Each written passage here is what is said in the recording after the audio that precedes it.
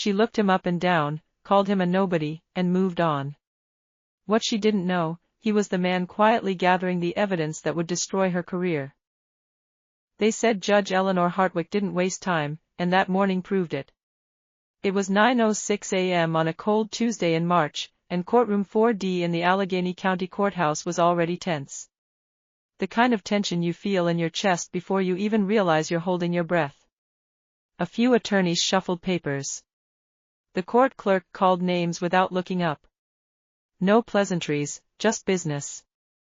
Judge Hartwick sat high behind the bench like she'd been carved into it.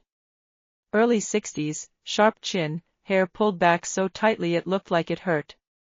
She wore her robe like armor, tapping her pen with a rhythm that said she had no patience for delays, questions, or anything resembling disagreement, ***. The next name on the docket, Commonwealth of Pennsylvania versus Darius Cole.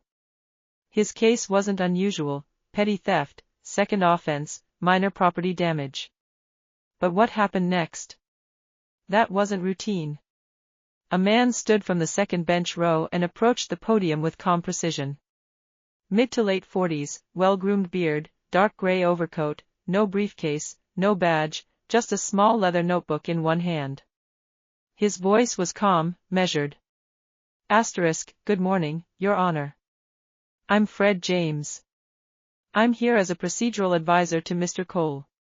I've reviewed the Judge Hartwick didn't let him finish. She narrowed her eyes and leaned forward, lips tight. And who exactly are you supposed to be? Fred paused, blinked once. I'm assisting the defense. Are you licensed to practice in this state? She cut in, her voice louder now, making sure the gallery could hear. No, ma'am. I'm not representing him in a legal capacity.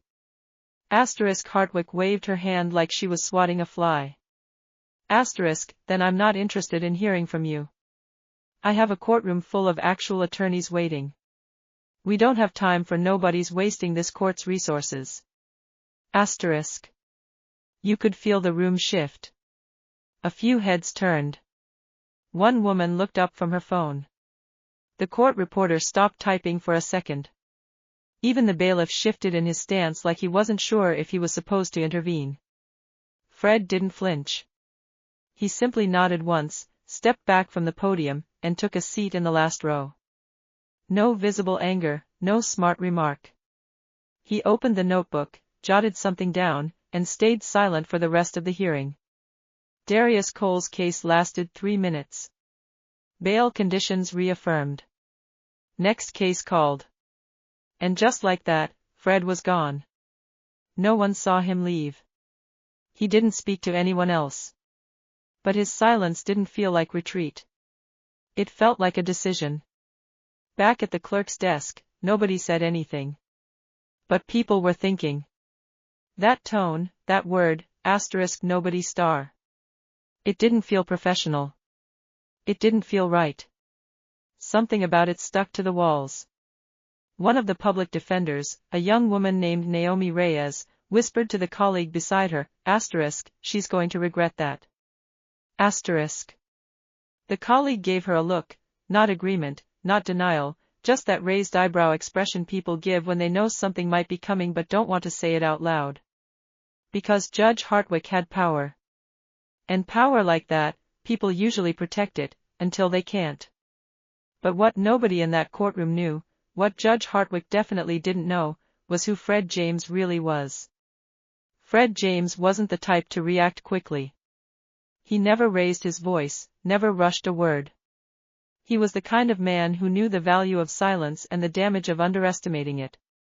For most of his life, people tried to size him up by the surface, too quiet, too plain, too polite star. But underneath was a razor-sharp mind built on 2 decades of internal investigations, federal oversight, and watching powerful people talk themselves into trouble. Fred had been appointed Chief Inspector of Internal Judicial Affairs just 4 months earlier. The job wasn't flashy. No press conferences, no interviews, just a mandate: investigate reports of misconduct in Pennsylvania courtrooms, quietly, thoroughly, without warning. That morning in Pittsburgh hadn't been random. Hartwick's courtroom had come up on his radar 6 times in 2 years. Not enough for a public scandal, just enough whispers to suggest something was off. Anonymous complaints about her tone, her treatment of defendants who didn't look like her, especially the ones representing themselves. A tendency to cut people off. A habit of mocking those without a formal education. Nothing explosive, just a pattern that smelled like smoke. So Fred drove down from Harrisburg under a different name, no badge, no assistant. He wanted to see it for himself, hear her words, watch her body language. He believed in truth, but he believed in proof even more. He'd arrived early, watched her come in. The bailiff seemed to tense when she passed. One of the public defenders muttered something about asterisk, just surviving the morning. Asterisk, the temperature in that room wasn't just about winter outside, it came from her chair. When she called him a nobody, that was the confirmation he didn't expect to get so quickly. But Fred didn't react the way most people would. He didn't ask for respect. He didn't remind her who he was. That wasn't his way. He knew that power often revealed itself more clearly when no one's watching.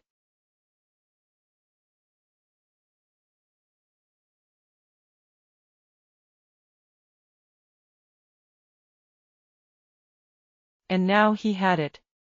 Her own words, said publicly, recorded on the court's feed, witnessed by nearly a dozen legal professionals.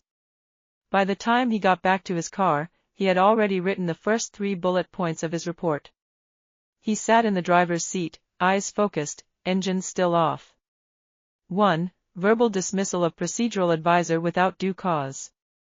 2. Use of the term nobody directed at a non-disruptive individual. 3. Lack of professional inquiry into credentials before issuing public reprimand. He paused, then added, asterisk, courtroom reaction indicates this is not an isolated incident. Asterisk. He didn't need to make it dramatic. Facts would do just fine. Later that afternoon, Fred made 2 quiet phone calls, one to the oversight board to notify them of a pending formal review, the other to a data analyst in his department named Leah Carter. Leah was known for digging deep into digital archives and pulling patterns from years of court footage and transcripts. Fred asked her to compile everything she could on Judge Eleanor Hartwick's rulings, transcripts, courtroom video, anything public or private that might indicate a pattern. He didn't raise his voice, just said, asterisk, start from 7 years back. Flag every hearing with a self-represented defendant. Filter by race, gender, and sentencing length.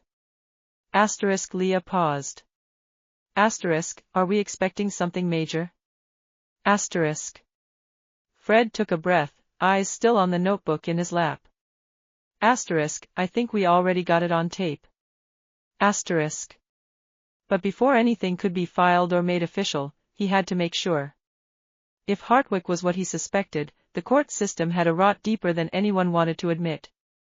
Judge Eleanor Hartwick's chambers weren't anything grand, just 2 large windows, an old bookshelf stuffed with outdated legal volumes, and a thick wooden desk that had been in that room longer than she had.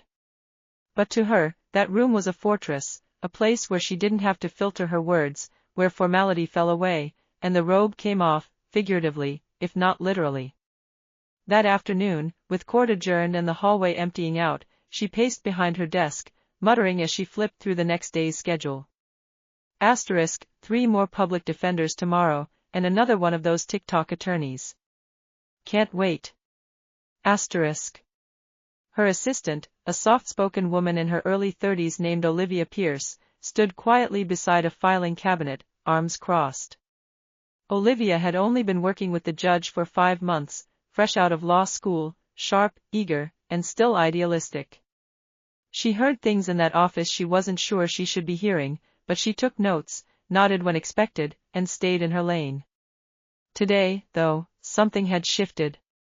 Olivia cleared her throat. Asterisk, Judge, about that man from the Cole hearing, Fred James. Do we know who he was?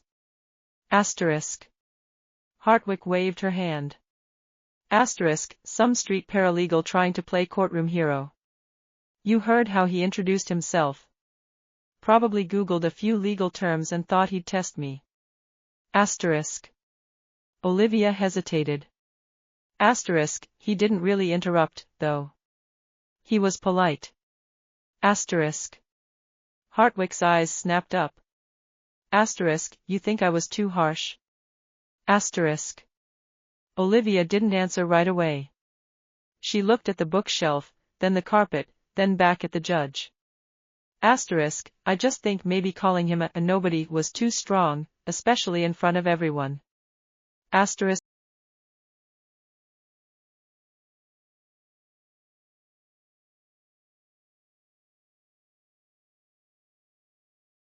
Hartwick leaned back in her chair and scoffed. Asterisk, you're young.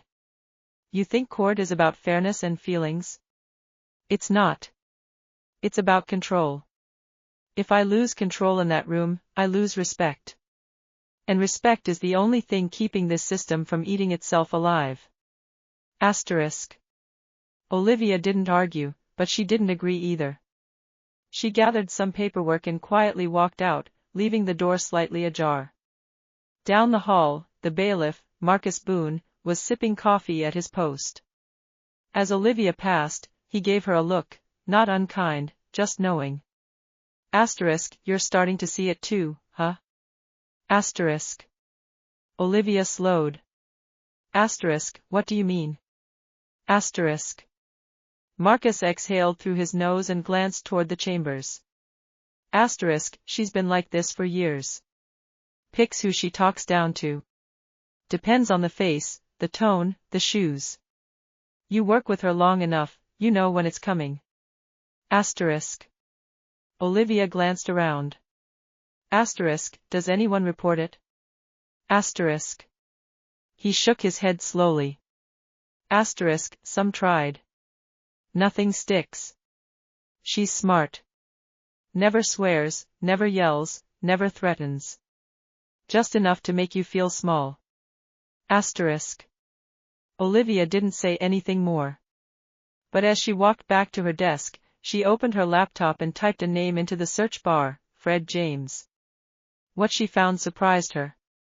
A short article buried in a legal newsletter, asterisk, new appointment to Internal Judicial Affairs. Background in ethics investigations, federal auditing, procedural reform. Former assistant U.S. attorney. Married, no children, known for discretion. Asterisk, she leaned back in her chair. That wasn't a street paralegal. That was someone with pull. Someone who could make reports stick. Meanwhile, across town, Fred sat at a hotel desk, laptop open, reviewing a courtroom transcript from 6 months ago. Hartwick had cut off a defendant mid-sentence and issued a contempt warning for asterisk, attitude. Asterisk, no swearing, no threats, just tone. He flagged the section and kept scrolling. But as Fred connected dots and Olivia asked quiet questions, Judge Hartwick had no idea the walls were already closing in. By Thursday morning, Judge Hartwick's courtroom was running on autopilot. She hadn't thought once about Fred James since the moment he left. In her mind, he was just another oddball trying to sneak influence into a space that demanded structure. But elsewhere, the pieces were moving fast.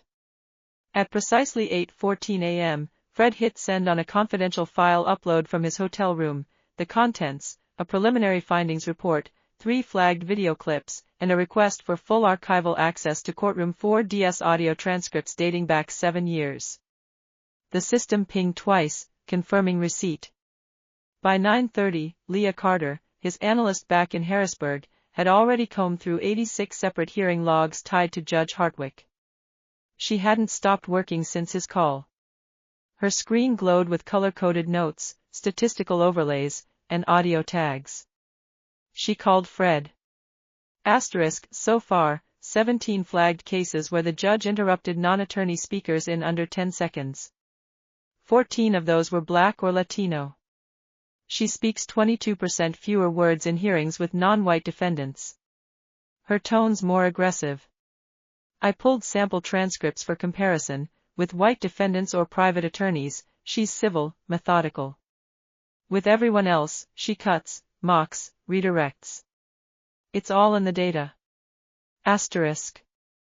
Fred rubbed his chin. Asterisk, any written complaints? Asterisk. Asterisk, 3 formal, 7 anonymous. One even mentioned her calling someone irrelevant. Asterisk, Leah paused. Asterisk, but guess what name showed up in one of them? Asterisk, Fred waited. Asterisk, Olivia Pierce. Hartwick's own assistant. Filed a vague statement last week. Didn't name Hartwick, but it was clear. Asterisk. Fred closed his laptop and stood by the hotel window. Outside, snow was starting to fall, thick flakes against the glass. She's paying attention, he said. At the courthouse, Olivia was more than paying attention. She was watching her own desk like it might turn on her, asterisk asterisk. That morning, she'd received an email from a private account. No signature, just a line. You're not wrong. Be ready. She didn't know who sent it, but it shook her more than she let on. Meanwhile, Judge Hartwick was presiding over a pretrial conference involving a single mother facing eviction fraud. The woman was soft-spoken, hands trembling as she tried to explain a missed filing deadline. Hartwick cut her off within 40 seconds, scolding her for playing games with the system. Asterisk. The public defender winced. And Fred? He watched the feed from his laptop. The entire session was being streamed internally as part of the pilot transparency program for judicial accountability. Hartwick hadn't remembered that detail. Few judges ever did. He clicked the timestamp and noted, mocking tone during hardship testimony. No clear attempt to listen.